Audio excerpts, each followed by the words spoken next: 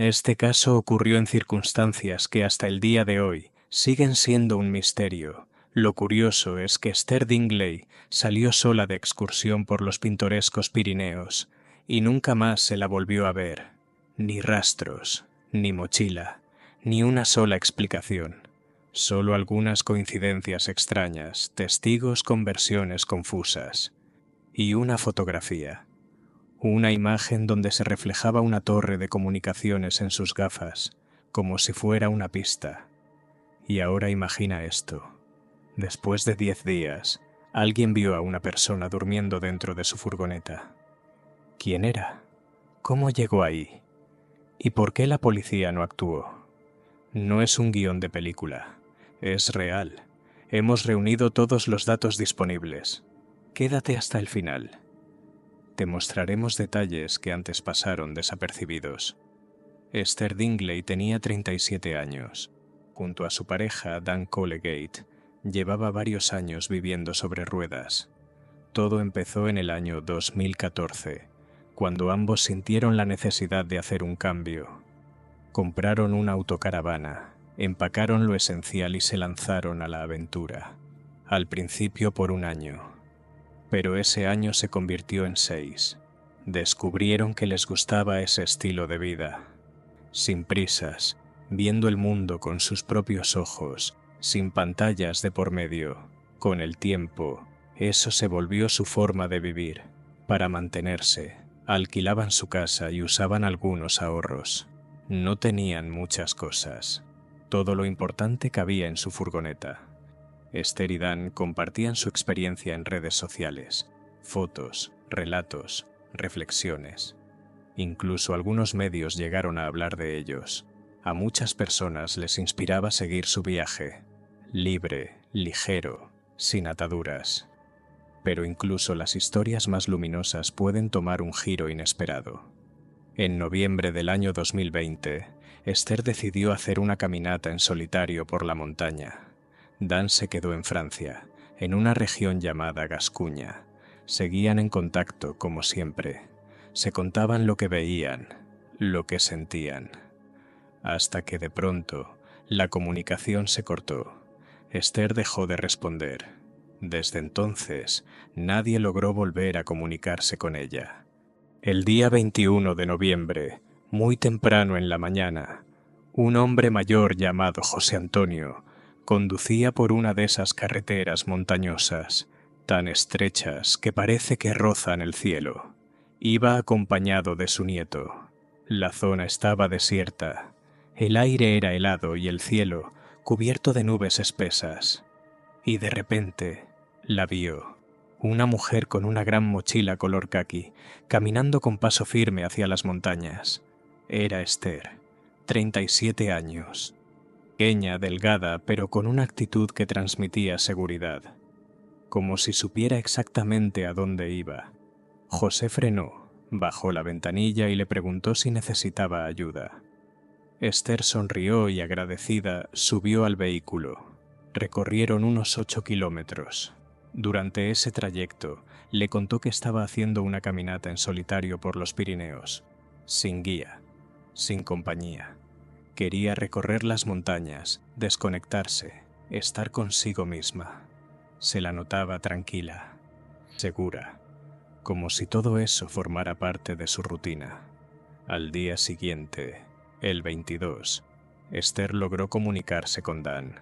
Era una persona muy cercana para ella. No era solo un amigo, era alguien en quien confiaba de verdad. Ya se encontraba en la cima conocida como de Soubeyron, en lo alto, en lo profundo de los Pirineos franceses. En su mensaje contaba que el viento soplaba con fuerza y que no podía detenerse. Las condiciones eran muy frías. Aún así, decía que tenía muchas ganas de leer todo lo que él le había escrito. Al final, cerraba con un «te quiero mucho», sencillo y cálido, y un deseo de que todo estuviera bien. Cerca de las 4 de la tarde, volvió a escribir. Decía que iba a salir hacia el paso. Tal vez incluso regresaría por un momento al lado francés. Por si acaso envió sus coordenadas y una última foto. En ella se la veía de pie, con una cima nevada de fondo. En el reflejo de sus gafas de sol se alcanzaba a distinguir una torre de comunicación, una delgada línea que en el fondo era su único vínculo con el resto del mundo. Esa misma tarde, Esther y Dan tuvieron una videollamada breve. Duró como minuto y medio. Los dos se alegraron como niños solo por verse. Se reían, se miraban por la pantalla. Esa fue la última vez que él la vio. Esther tenía previsto volver a casa el 25 de noviembre. Pero ese día no se comunicó. Tampoco al siguiente. Dan lo sintió de inmediato. Algo no andaba bien. Dio la voz de alarma y comenzaron las labores de búsqueda. Rescatistas, voluntarios, drones, helicópteros. Todos los que podían ayudar se movilizaron hacia la montaña. Revisaron la zona con detalle. Cada metro, cada ladera, cada barranco. Pero no encontraron a Esther, ni su mochila, ni huellas del recorrido, como si nunca hubiera estado allí. Desde entonces, silencio total. Ni una sola pista, ni una señal. Como si hubiera perdido el rumbo en medio de las montañas, como si se hubiera perdido entre las montañas. Hasta hoy, nadie ha logrado explicar con certeza qué pasó ese día. A eso de las 10:30 de la mañana, Esther salió a caminar por un sendero de montaña. Fue un día antes de la última vez que alguien la vio.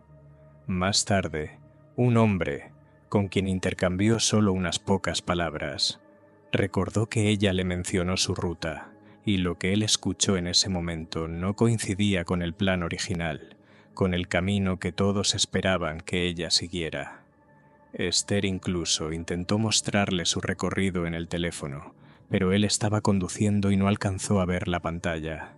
Ese diálogo breve terminó siendo clave, porque deja entrever que tal vez Esther, en el último momento, decidió cambiar de ruta.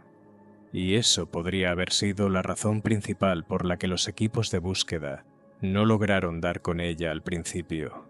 Estaban buscando en otro lugar. Tiempo después, ese mismo hombre, el señor Ballarín, diría unas palabras simples pero que se quedaron grabadas. Si te soy sincero, se la veía completamente bien, ni una pizca de preocupación. Sonreía, estaba de buen humor, no parecía ni perdida ni nerviosa. Al contrario, una mujer joven segura de sí misma, que simplemente había salido a dar un paseo por la montaña. Mientras los equipos de rescate recorrían la zona, los expertos intentaban averiguar dónde exactamente podría estar Esther. Se guiaban por las señales de su teléfono móvil. Pero ahí surgió un problema. En esa región, la cobertura es muy débil. Las antenas están lejos y en las montañas casi no hay señal estable. Eso complicaba mucho la búsqueda. Uno de los responsables de la operación, Pierre Gaillard, lo explicó así más adelante. La última vez que su teléfono tuvo conexión fue el día 22 de noviembre, alrededor de las 4 de la tarde. En ese momento llamó a una persona llamada Dan, y nada más. Después de eso, ni una señal, ni ubicación, ni actividad. La figura de Dan es una parte importante de esta historia. Él era alguien muy cercano a Esther, y esto fue lo que contó. Ella siempre trataba de mantenerse en contacto, sobre todo cuando viajaba sola. Pero cuando iba a la montaña, a veces pasaban un par de días sin que pudiéramos hablar. No nos preocupaba demasiado, era algo normal en su caso. Sin embargo, cuanto más se sabía sobre la vida de Esther, más detalles salían a la luz. Resulta que ella y Dan tenían un blog de viajes. No era solo un pasatiempo, formaba parte de su estilo de vida. Tenían una página en Facebook, una cuenta en Instagram. Compartían fotos, escribían sobre sus aventuras y además tenían un canal en YouTube. Ahí publicaban videos auténticos, sin filtros, sobre lo que vivían en el camino. Era como un diario abierto, sincero, sin adornos. El día 20 de noviembre del año 2020, 2 días antes de que Esther dejara de responder, ella subió nuevas fotos a sus redes sociales. En la publicación contaba cómo había sido su día. Por lo que escribió, la caminata fue bastante exigente. Los senderos se perdían con facilidad. Las huellas de ovejas confundían el camino, y eso hacía difícil seguir la ruta planeada. Tuvo que parar varias veces, revisar el mapa y volver a encontrar el trayecto correcto. Todo eso ralentizaba mucho el avance, pero lo más curioso no fue eso. En ese mismo post, Esther mencionaba un encuentro inesperado. En algún punto de la cima, se cruzó con un hombre desconocido. Según ella, fue amable. Le recomendó pasar la noche en una cabaña acogedora. Incluso había un colchón dentro. Al día siguiente, ese mismo hombre la acompañó por el valle para asegurarse de que llegara bien al siguiente refugio o pudiera regresar a su furgoneta. Existe una versión que dice que él mismo fue quien llevó a Esther hasta el pueblo de Benasque. Justamente allí encontraron más tarde su casa rodante. En algunas de las fotos tomadas ese día, en el fondo se puede ver la silueta de un hombre. Es más, en algunas imágenes aparece otra persona también, cuya identidad aún no ha sido confirmada. Según Esther, fue ese primer hombre quien la ayudó con las fotos. Él tomaba las imágenes mientras ella posaba con los paisajes montañosos de fondo. Los investigadores españoles empezaron por lo más básico: averiguar quién era ese hombre y qué podía saber. Se pensó que quizás habían quedado en encontrarse de nuevo, tal vez para recorrer juntos otro sendero. Uno de los oficiales lo dijo sin rodeos: «Tenemos que encontrar a ese hombre». Probablemente fue la última persona que habló con ella, y puede saber hacia dónde planeaba ir. Después de este hallazgo, la policía empezó a considerar otros posibles escenarios. Las búsquedas por los caminos principales no dieron ningún resultado. Fue entonces cuando entraron en escena los equipos de rescate profesionales. Perros, drones, helicópteros, revisaron toda la zona de arriba abajo. Pero nada. Ningún rastro nuevo de Esther. Era como si sus huellas simplemente se hubieran desvanecido. Las últimas personas que la vieron con certeza fueron dos: un esquiador español que había participado en los Juegos Olímpicos, llamado Martí Vigo del Arco, y su novia. Eso fue el día 22 de noviembre, alrededor de las 3 de la tarde. Ellos bajaban por la ladera cuando se cruzaron con Esther, que subía.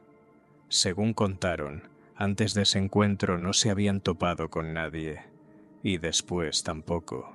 Aproximadamente 1 hora más tarde, Esther le envió a su amigo Dan las últimas fotos.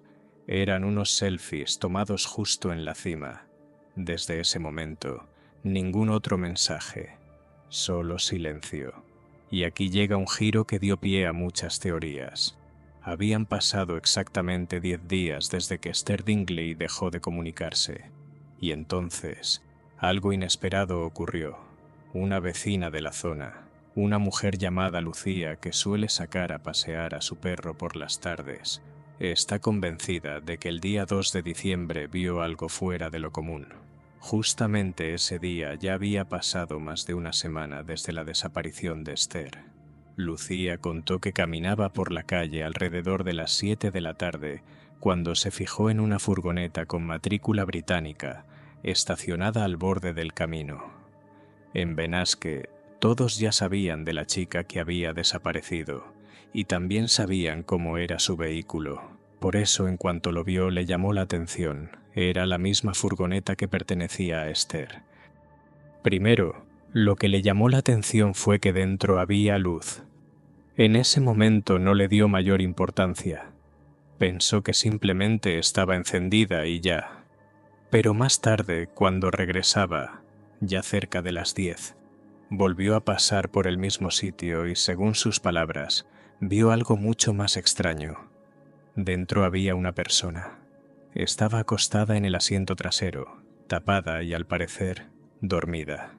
No se movía, no se levantaba. Simplemente estaba ahí, en silencio. Todo le pareció tan inesperado que Lucía decidió sacar una foto del vehículo con su móvil. Al llegar a casa avisó de lo que había visto y contó con detalle lo ocurrido.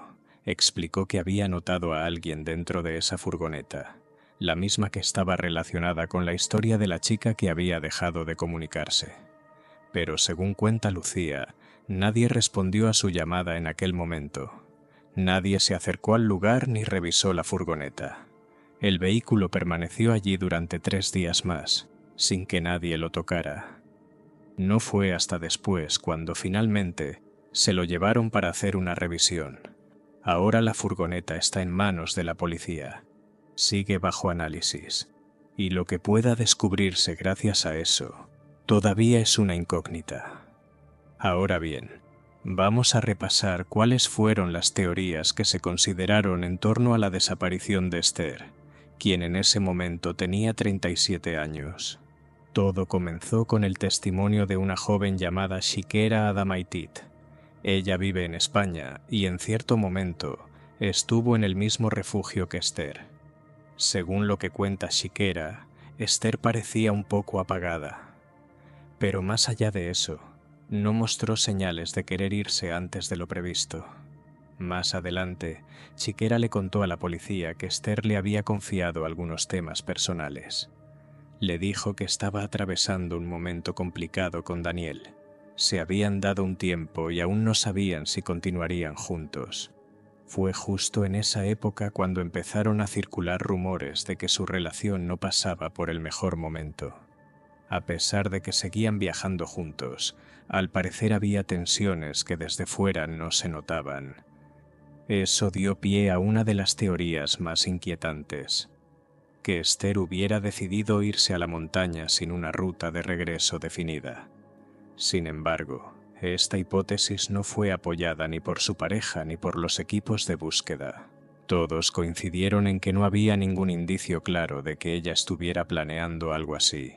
Al contrario, estaba comunicándose, enviando mensajes, compartiendo fotos, sonriendo. Incluso había dicho con precisión cuando pensaba regresar.